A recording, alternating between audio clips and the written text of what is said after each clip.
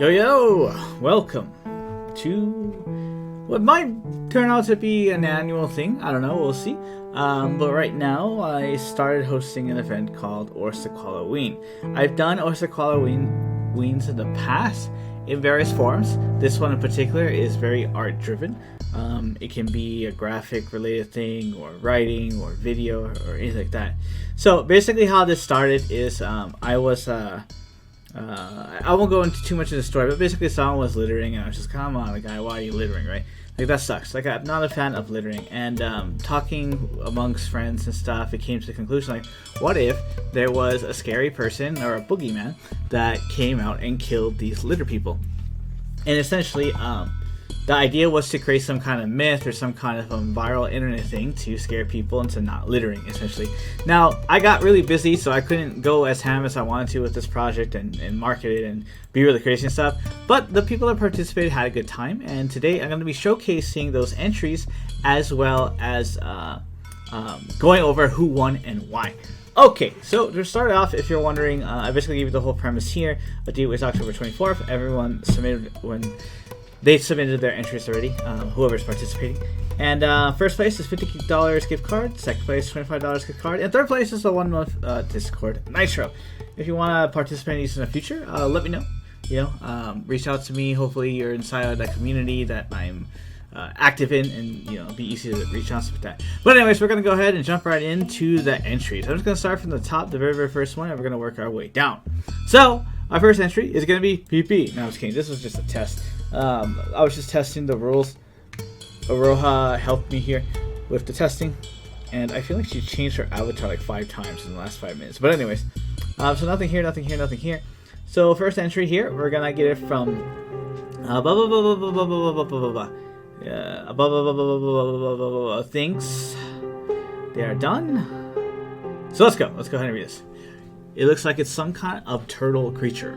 In my home, people die from all of these things people throw in here. Everyone I loved is either dying or dead. Due to all of this, it makes my blood boil when I see that people keep doing this. I'm only alive because I have adapted to this, and am now a mutant from all of the chemicals being poured in here. Please, stop this and save the world before it's too late. Please. It's our only hope. So this is a very interesting entry, and in general, animals can be really freaking scary. As far as the direction, like one of the premises of this contest is collaboration and developing a cool boogeyman, right? So the thing with this one is it leans in the realm of kind of like sad and helplessness in a way. There's not so much I'm going to punish these victims. You don't get that Michael Myers vibes or whatever, where like this guy is coming for somebody for littering. So I this isn't one of my. It's not one that I would rate as up there as like, oh, 100%. I want this one to win for sure, because it doesn't fit that theme entirely. I like the monster concept. That's pretty cool, and kind of the despair that comes from this. But like, as far as the execution and the despair and where it's gonna go to, like, you're messing up my land, you're making people sick, I'm so mad, I'm gonna kill you. I don't get that as much. But nice art piece. Alright, so the next entry here, I think he's angry. Those filthy humans, they treat my watchers like trash can. It's time for me to get my revenge. Alright, so this one looks like a mucky type of monster thingy. You have like some litter in here. Not bad in execution. I do get that vibe, like, hey, I'm gonna mess you up because I'm gonna eat you and kill you. This is actually really, like, this isn't, I would say, technically Mona Lisa level art and stuff like that, but like this looks really fun. Like, I do like the composition, the trees in the background, the water and all that stuff, so that's fantastic. I can't see us too dark, blah blah blah. So the next one, don't litter. So let's go ahead and open this up.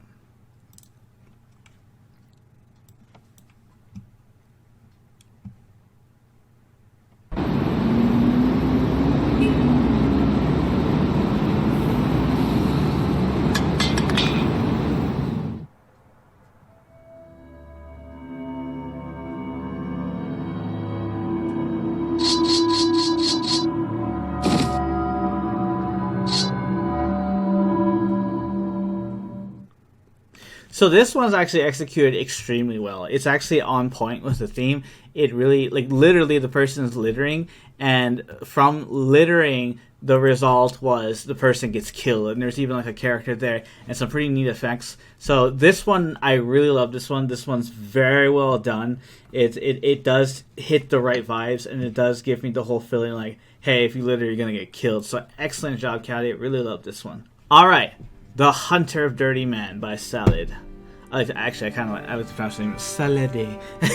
My concept is that animals are most affected by litter and pollution. Meet the guardian, protector of the wildlife, and end of man. The most common victims for him are poachers. So with this one in particular, first of all, it looks like it's the size of a reindeer. And reindeer are freaking terrifying. Like like a Canadian moose or something like that. And those things will just kill you just because they're huge and no one can put them in, check them or anything like that. So that's really scary. So definitely vibing with the whole how big it is. The wing aspect, I don't know if that adds for it. I guess like if you envision it coming down like a hawk and stuff like that, that can be very, very scary. I do see there's talents here. So pretty nice setup overall. Lion, yeah, there's like a lot of scary things on here, like powerful aspects of different animals kind of put together into one. I'm curious about what's the deal with the human-like torso and where that kind of goes on. But let's see what these other details are. He will use himself as bait to lure hunters and poachers. His dark skin makes it easier for him to hunt at night. His favorite places to lurk are in the trees. Oh god. His skin is oil-like, but instead of harming plants, he communicates with them. Nobody alive knows where his face looks like, often mistaken as a Wendigo. The back half of a wolf, wings and talons of a barn owl.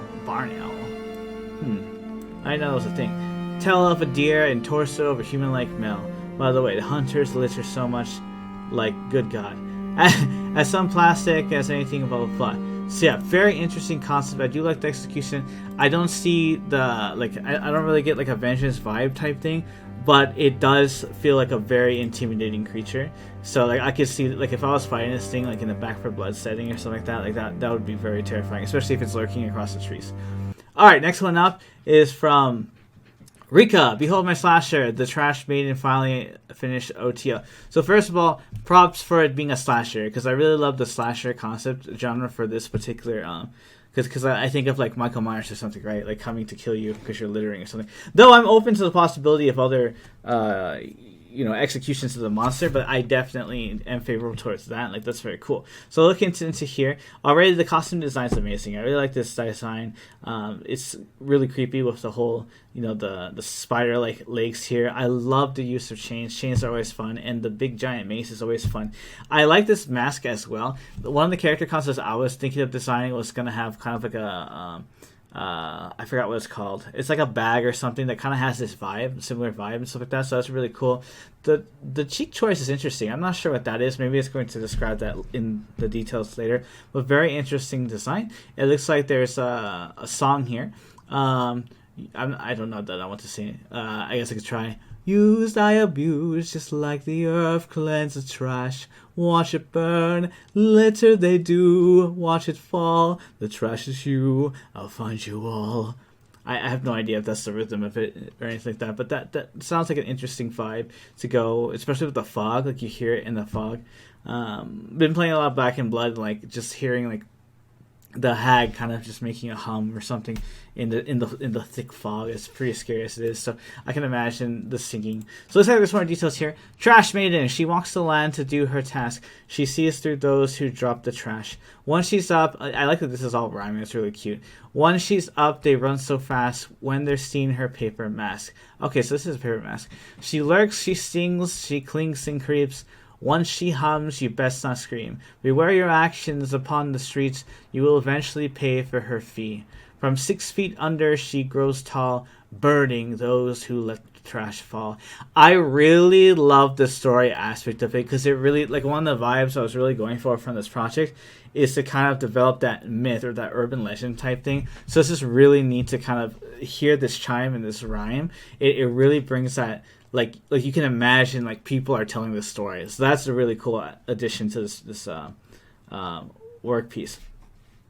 I wish Rika actually sang this so I can hear what the vibe is, because I'm guessing right now and I'm not doing a very good job at it. So I've been really neat to hear what she actually says and get that creepy vibe. But overall execution looks very cool so far. She has a poem about her ways and a song she sings when she's on the hunt. The trash maiden was a woman who was a mistress, and she was thrown out like trash in the end. Emotionally abused, manipulated in her hopeful relationship. Of course, she was a sucker in it though. She was one of the master's maids, perfect at her job, loved to sing, and was a pure, innocent, clean woman. After the secret slowly started to rumor, she tried to cling out into the master to save and open up about it, and to leave his woman. So she's telling him, the master, to leave his woman. But he finally let her go after everything he did to her, treating her like the slave she truly is, and had his fun. He was bored with her. He fired and just got rid of her. She became obsessed to fix everything she put up with. Hope he would change. He never did.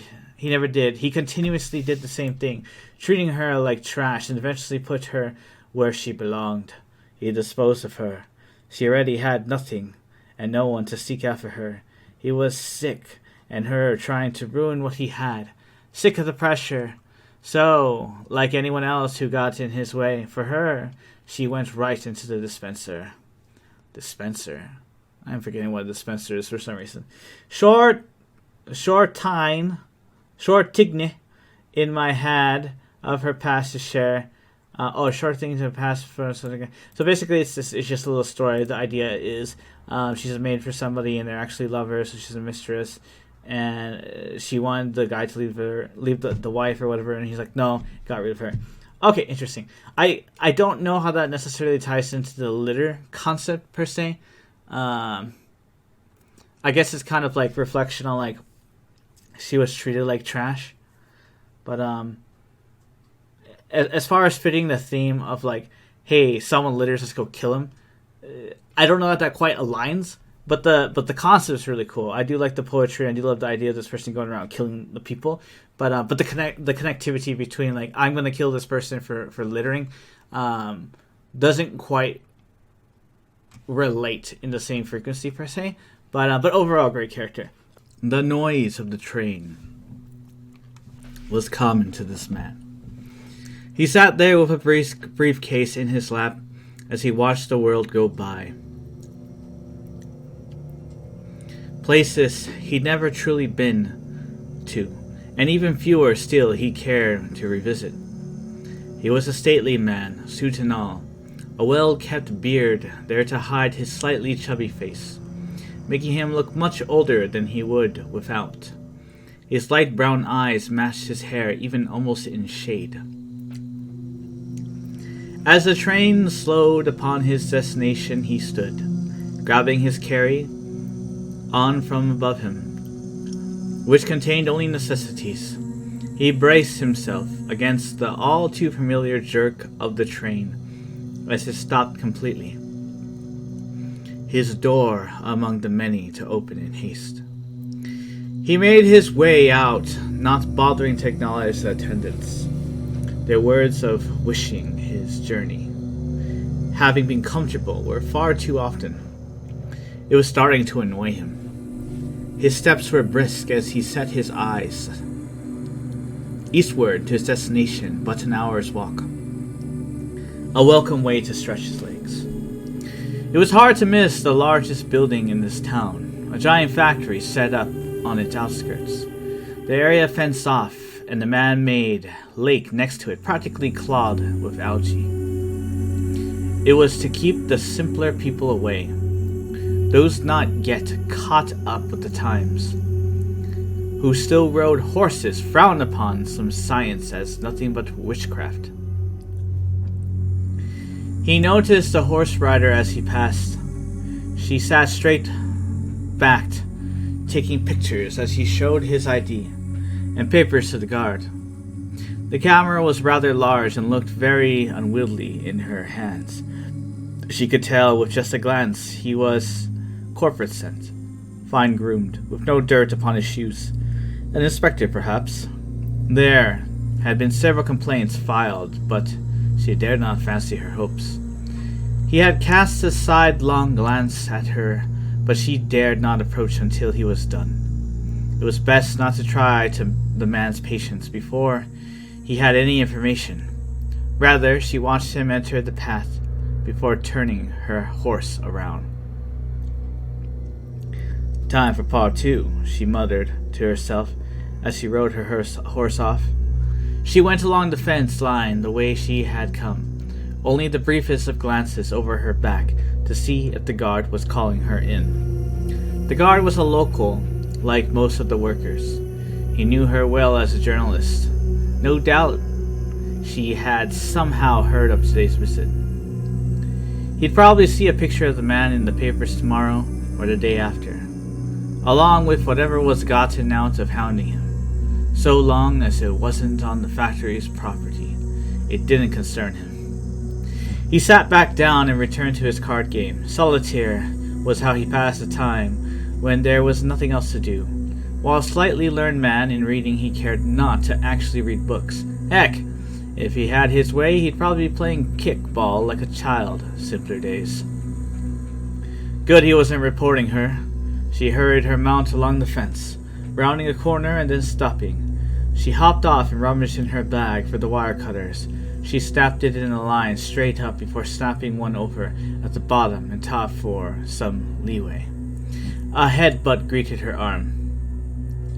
Her horse reminded her that he was there. She smiled and stroked his muzzle. As loyal as a dog and raised from a foal of her family's farm. They practically grew up together these past 8 years. Perhaps she had gotten her defiant streak from him. Okay, you can come too, she said, trimming a higher and wider angle. This was going to be very noticeable. It just means we're going to have to be even quicker. How many places like this had he seen? And how many times had he heard explanations for things he never fully understood? He cared not for what they were making, just that the machines were oiled. Accidents were down and the water culture he was to take outside was going to be normal. And the lake, the people complain about, he said briskly as the tour ended.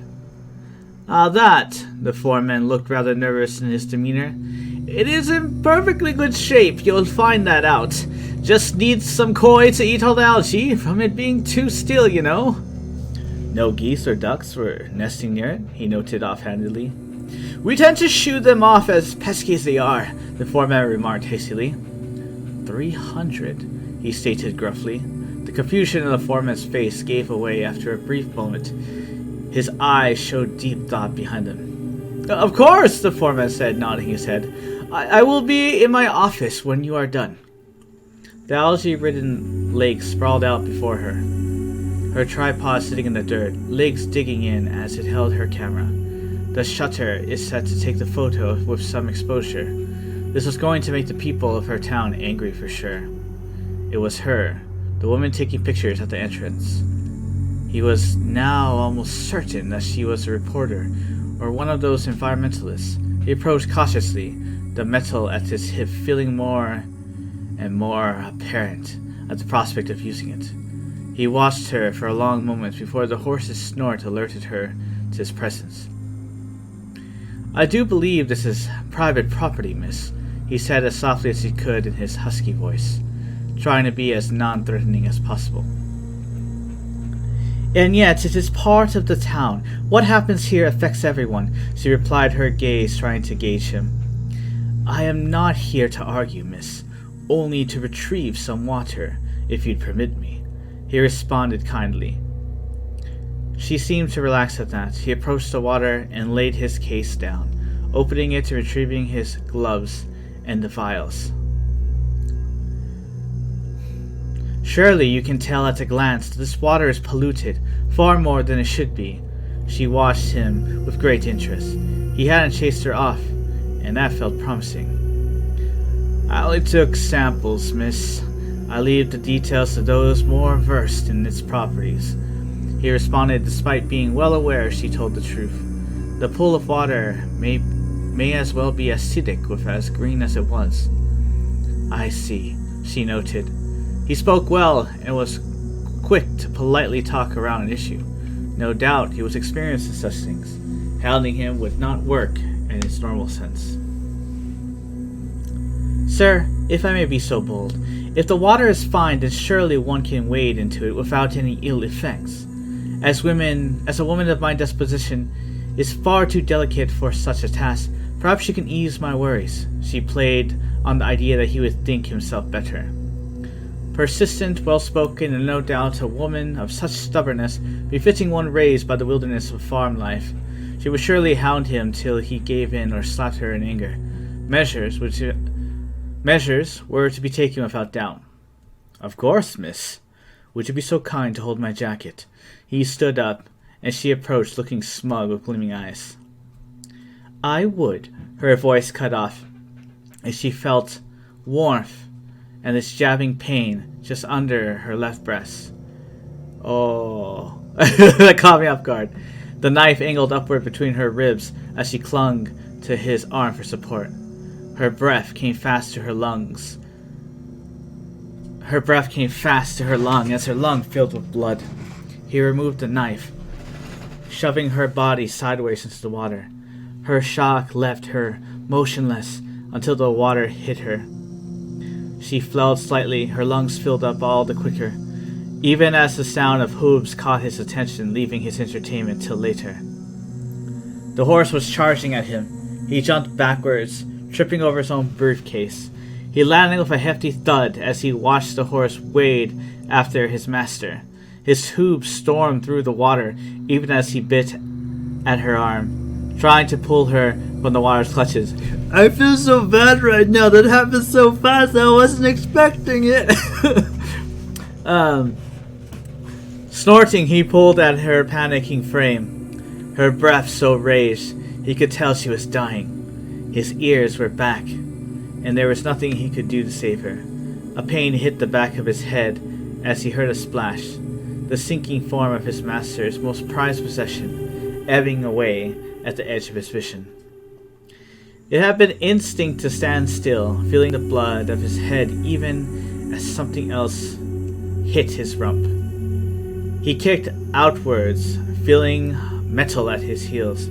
The motion jerked forward where he lost footing, his master's weight dragging him down slightly and his head dipping. It was his turn to flail, his hooves kicking at the loose earth and coughing at the water that stung his lungs. He fell backwards, trying to make it to shore, his master forgotten his own fight for survival.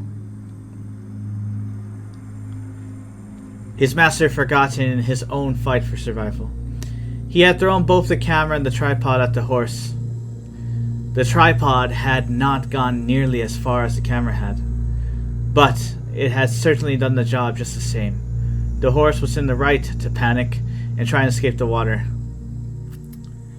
He had just this one white spot on his forehead, a perfect marker for a man who enjoyed a good game of darts. The contrasting shiny black fur only lent aid as he honed on his target. The felling stopped as it hit wide, landing closer to his eyes than the forehead. The dagger gave it such a start, it fell backwards. No doubt more water replacing the air in his lungs. The deed was done. When the water was still once more, he packed his briefcase, rubbing the bruise on his calf. He gave him that money soon. He better give him that money soon, so he could get out of here without issue. It was her Tommy holding her. She was certain of it. Everything seemed so slow as she felt him holding her arm.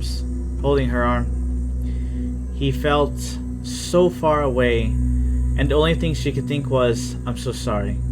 She didn't know what was happening, and yet, in the same instant, she just knew it was death. Survive, fight, protect. The horse's thoughts and instincts were in overdrive, even as it couldn't see from one eye. His master gently touching his side in the water, her form dark and distorted in the water. It looked alien in comparison to the red-haired woman who was always at his side.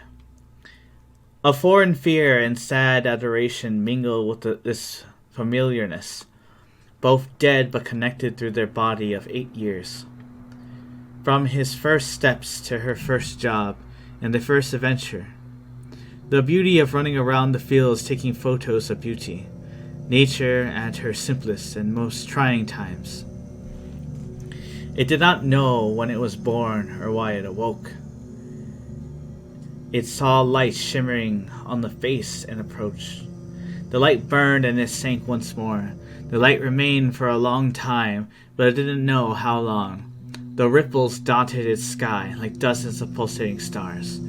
It was beautiful to watch, and it did so for some time before curiosity had it reaching out once more. No birding, just gentle pats. It felt familiar somehow, but it did not know from where. It wandered onto the land. Webbed claws, testing the foreign feeling. It was different here. It could no longer move upward or downward. It remained still on its legs like a newborn fowl, wobbling under its own weight. Another feeling foreign to it as had been floating so long. The guard passed in his patrol as he saw the horse, an odd sight this late in the evening and in the rain. Another person must have broken in. He shined his flashlight forward and looked at it. Was it green? Calling office, he spoke into his receiver. Office here? The radio responded in a woman's voice. Office here! We got a horse near the lake. I'm going to see if anyone is around, the guard reported.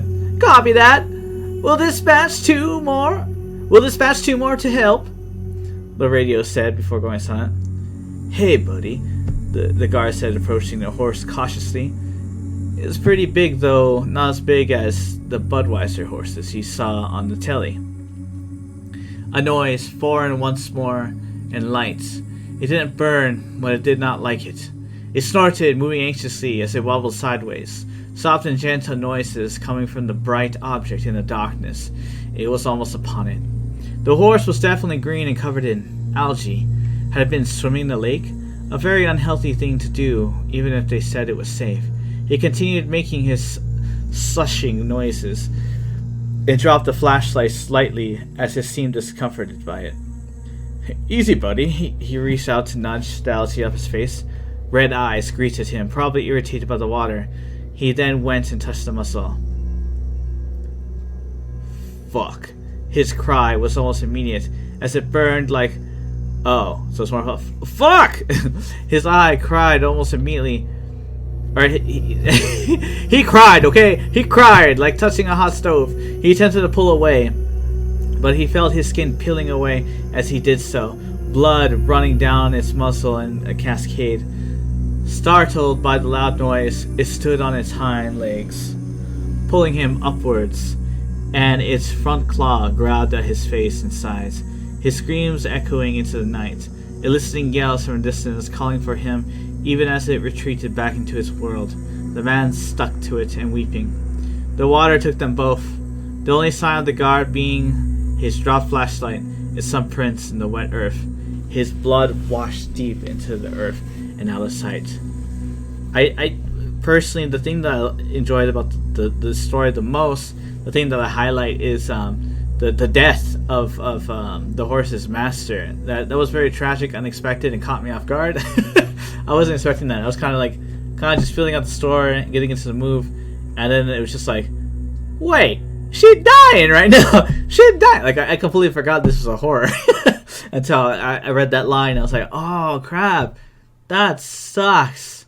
Interesting, but like the story, it was really really cool. I didn't get the pollution vibe. I mean, I got the pollution vibe in the sense like this lake is messed up, but the angle wasn't so much the average Joe littering. It was more potentially corporate, which is a cool angle, because yeah, corporate definitely does stuff the same, or they pollute as well, and yeah, that's a completely different problem. I didn't get so much vengeance vibes in terms of like because the big theme of this contest is someone litters, you get vengeance, you die. And this story may have the potential to build up to that, but in terms of vengeance, I didn't feel like there was really any vengeance applied or any like retribution applied to the people that are littering. I feel like the horse is punishing a guard who may be in on it, or he may be just doing his job. So he was kind of innocent as far as I know. So I didn't get that retribution aspect. However, in terms of effort, structure, it's very well done. I got a little bit confused time to time with the he's. I didn't know if we were talking about the horse at times or if we were talking about the assassin. I guess Inspector Assassin. That was a really great twist. So lots of props for the twist. I love the twist so much. Nice characters in here, nice angles. I liked how this kind of like, what's the word? There's a term for when not coming of age, but but you know, like when the origin story of this character, very, very neat. It'll be neat to see how this kind of expands. Pretty curious, but this felt like a really good teaser. So, but great job. Now we're gonna go to Sir Rabbitkins.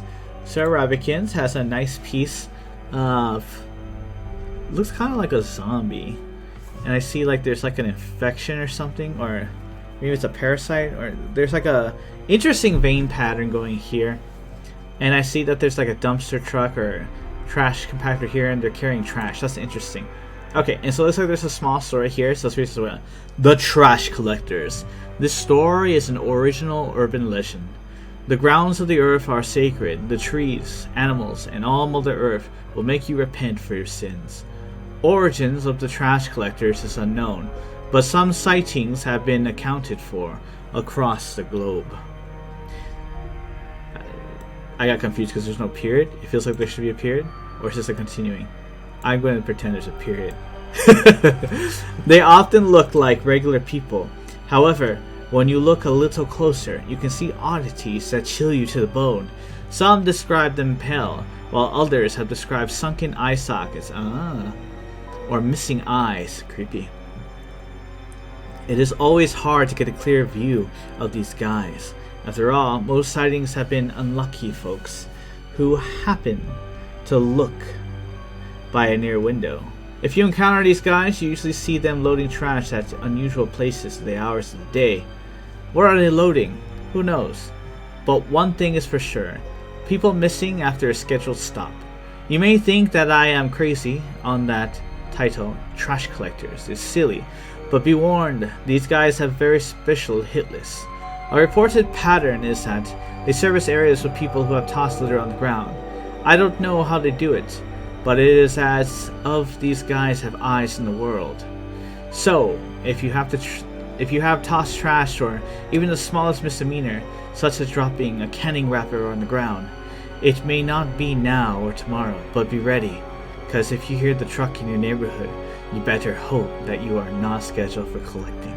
That's really cool. I actually really enjoyed this. I get like a really psycho family or psycho organization vibe. That's really cool.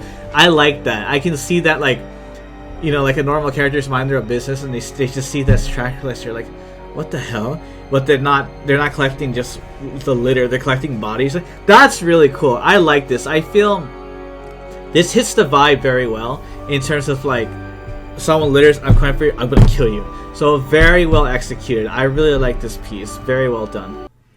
Alright. Next one. Rinsai. I just call him Rin. I think this is a game, so let me go see. Do I have access to this? Okay, it opened up in my browser. Alright, so let me go ahead. I guess I'll just download this. Indispose. Also call it Orscallaween 2021. Alright. All this extra stuff's making me like, okay, well, I want to look at it now. Made with Renpai. Who is Renpai? Is that just Ren, but a different name? I don't know. This program contains free... Oh, is it like a story illustration, like pre-packaged, maybe? Program contains free software, a number of licenses, including MIT license, blah, blah, blah. Okay, help. Bunch of controls. I'm probably not going to remember. Oh, that's cool. Take a screenshot. Toggles assistive foil. That's cool. Preferences. Let's stick to this as is for now. I mean, we have a full screen. Might as well do full screen, I guess. How do I do it again? Preferences. Sure, let's do full screen. Let's begin. Corbin! Corbin! What? Long wait. Oh, is there a button I'm supposed to press? Oh, I'm supposed to select this. Okay, I am choosing to say, what? What? Oh, Corbin says what? Oh, Corbin. What? Come play with me. Not until... Do you want mom to starve to death? Okay. So these are my two options. Not until... Do you want... I'll do this one. Do you want mom to starve to death? What? No! Then finish up. Fine, fine. Darkness. And that's it! That's oh. Hey, Corbin. Sup? Sup? Oh, sup. Do you believe in monsters? Yes. Yes, I do. Really? What sorts of monsters are there? The kind who don't do their diligence. Huh? The dishes. The dishes. Oh, okay. Oh, okay.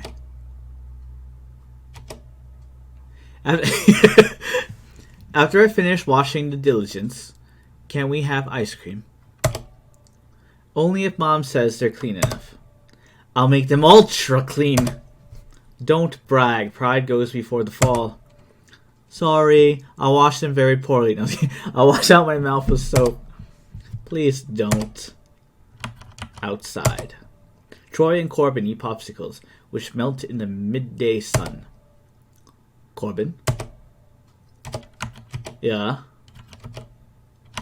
Yeah? Are popsicles ice cream? Where do you find them? Did they have ice in them? Sure, I'll go this one. Do they have ice in them? Yes, I think. Do they have ice in them? I guess it lets me loop back. Where do you find them? Huh? Where do you find them? Keeps going back. Am I doing something wrong? Where do you find them?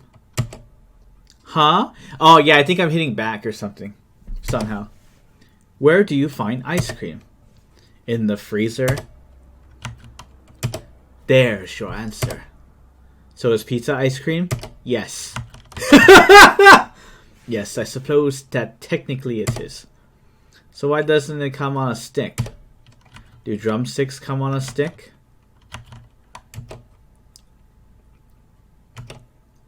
No, they come in a cone. There's your answer. For a second time. Your ice cream is melting. Oh! Troy wipes himself. The ice cream wrapper falls. Don't use your shirt to wipe yourself. Mom will get mad. Enter man. He watches from nearby. Ooh, I don't. Something about the word man being all caps makes it sound extra menacing. Do you have any napkins on you? What do I look like? A restaurant? Run home and get a towel. What about my ice cream? You're not finished yet?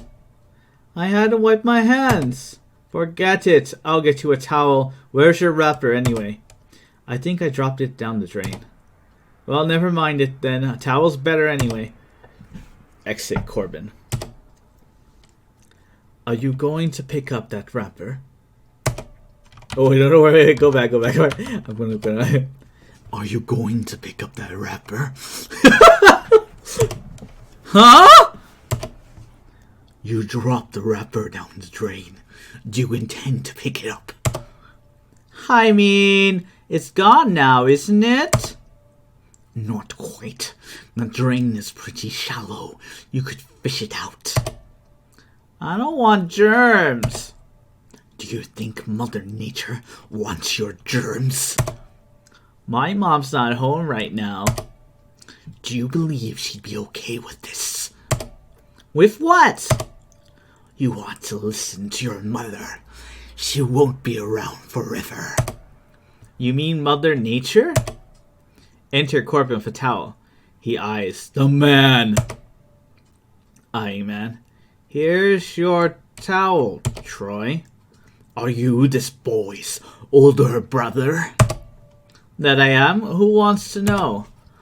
Are you okay with littering our neighborhood with plastic? Who are you again? I think this man wants to help Mom. I'm just looking out. For what exactly? For the well-being of the planet. Who do you work for then? Who? Yes, who? Whom do I work for? That's what I just said. I work for a company. Oh my god! I almost kind of love the idea of tying this guy to Sir Ravikin's story too. That would be that would be wild. I don't know. I just think that's an interesting double theme, because this idea of a company that goes around and collects people, that is wild. I almost feel like this wasn't intentional. I don't think they work together, but it almost feels like Sir Ravikins has the collectors, right? To collect the trash, and I almost feel like this is the guy that goes and finds people, and that's how they know. That's trippy. That wasn't intentional, but that's a really cool synergy. I work for a company.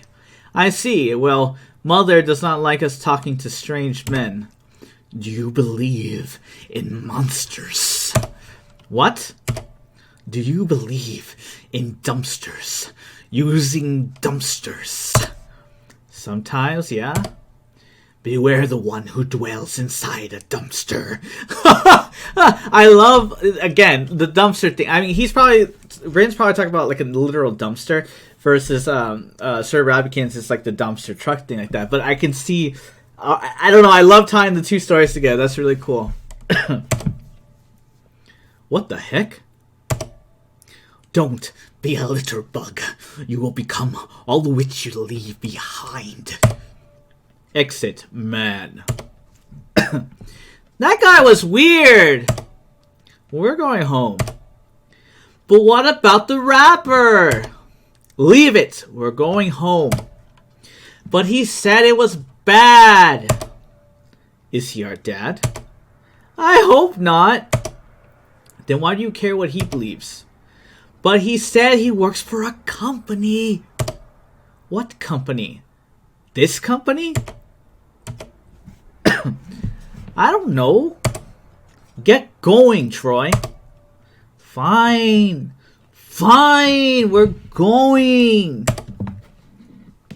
Troy glances at the wrapper, grated out of reach. Just one last time. Glance at the wrapper, grated out of reach just one last time. Okay, so he tried to grab it. Night. Corbin in his bedroom, gaming. Let me take a swig of water.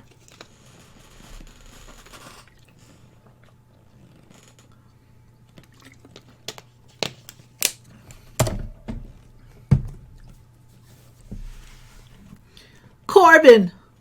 Oh, this is the mother. Corbin! Corbin! Yeah, Mom? Will you please take out the trash, dear? Can't Troy do it? I am sort of busy killing things. That reminds me, where's your brother?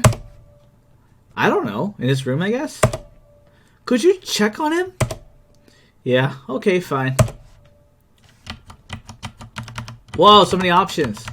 Let's get to the point. Go to Troy's bedroom. Troy is nowhere to be found.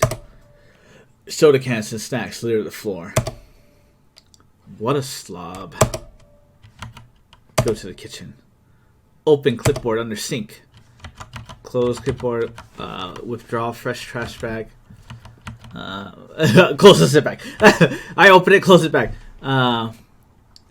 Withdraw trash can. Remove trash can or trash from trash can. Withdraw fresh trash bag. Close clipboard. Seek open exit kitchen. Outside. The night is brisk. Go to street. Troy is nowhere to be seen. Call out. Troy! Troy! Exit street. Go to patio. Open trash can. Deposit trash bag. Exit patio. Go to street. In the moonlight, the silhouette of a strange figure looms. Examine figure. The figure seems at first to be a man from the neighborhood, but for the unrecognizably thin, jagged arms, the rounded torso, dressed in tattered threads, and what appears to be cardboard box covering his head. It does not move, perhaps because its legs are crooked and its feet visibly heavy, shaped as though they were milk jugs, filled with concrete. Despite these deformities, the silhouette appears quite tall to behold. How about go back in house? Deposit trash can. As Corbin deposits the trash can, the figure does not move. The figure does a thumbs up. Good for you. Call out. Hello? The figure does not answer. Exit street. Go home. Go to mother's bedroom. I'll do the trash first. Then I'll find my brother. I just have to put the new bag in. Did that already. Withdraw trash. Ah! Oh! God damn it, Rin! Ah! That got me! Oh, that was great. Oh, that was great. That's the end? Oh, that was... Oh my god, that was really well done. Very easy to read. Flowed very well. I felt very immersed. I appreciate that it was in game format because it made it really easy on the eyes, and it just flowed very well. The monster felt really good. I think it sucks that they did it to a kid because the kid's kind of innocent, right? Like, he doesn't...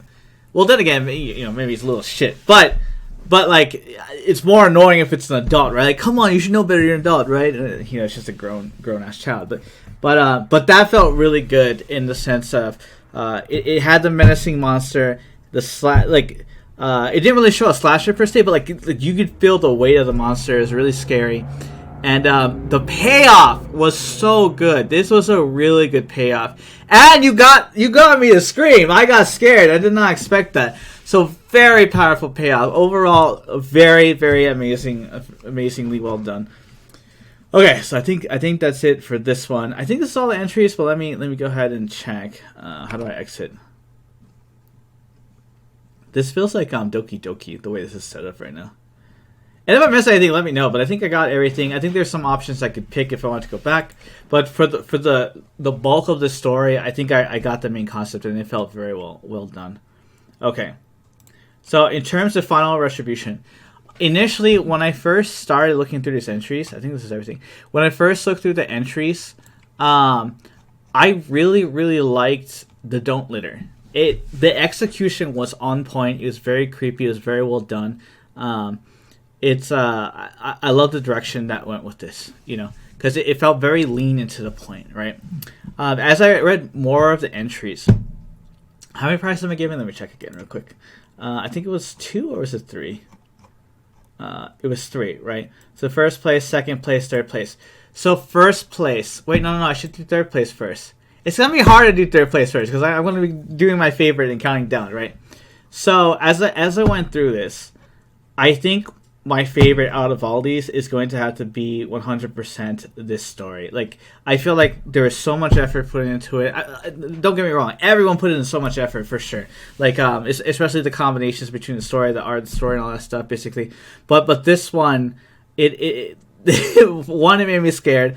It hit the vibe, it hit the theme in terms of having like the vengeance. It had some kind of scary monster, you know, like it just hit me the right way. So I'm definitely gonna give this for first place. I really feel like the first place. When it first started, I kind of wanted to give it to the Don't Litter because it was so lean to the point. But Rin stole that first place. Very, very well done. For second place, initially when I was first going through the entries, I think the second place I was enjoying the most was Rika's. But after going through Sir Rabbitkin's, I feel the idea of a company coming to collect you suits that vengeance perfectly. It suits the themes. It feels scary. It feels like this person can go anywhere. I feel with in the case of Rika's, it's like tied to a specific store or a specific house or a specific specific area. For this, I feel like the range for the trash collectors is everywhere, so I feel Sir Rabbitkin's did such an amazing job. Same thing with like Crooked Dante's. Like, I love the teaser, I love the direction she's going, but it does feel very contained, and I didn't get that sense of vengeance as much, right? I didn't get that retribution and that payoff. So number 2 for me is going to go to Sir Rabbitkin's. And then for third place, this was going to be a bit difficult. Let me think. I enjoyed this contained story. I do like this poem that Riku was going for. That was very, very strong. This concept's cool and pretty scary. It doesn't tie so much into how it's going to kill things and whatnot, but the design, I can see it being very intimidating. For these other ones, Don't Litter, I really do like the Don't Litter one, for sure. Like, it's so lean and to the point, and I think it matches the theme the most. So I think number 3 is going to have to go to the Don't Litter. So the winners are going to be third place. Let me write this down so I don't forget. I probably won't forget. Where is it? Third place is gonna go to Cati, which is what, I don't even remember what the prices were. So it's like $100,000. Like, no, I'm balling that much cash. Get out of here. Okay, Nitro 1 month.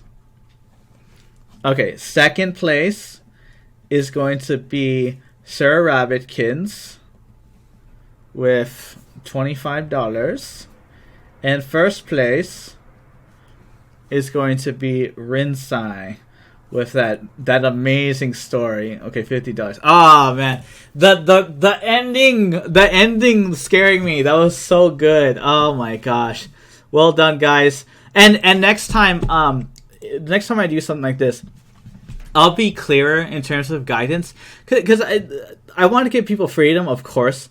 But at the end of the day, I do need to have some kind of judgment or some kind of way to determine like how I'm going to decide like what my favorites are, because I like a lot of stuff, right?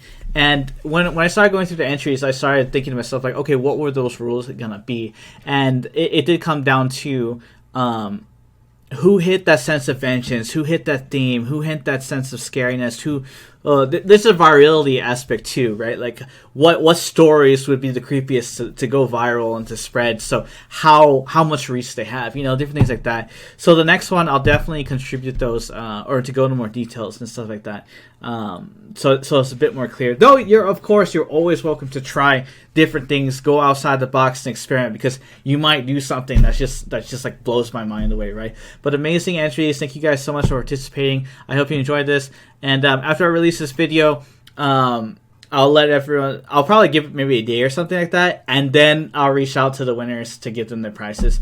So thank you for all participating. Have a good one. Catch you next time.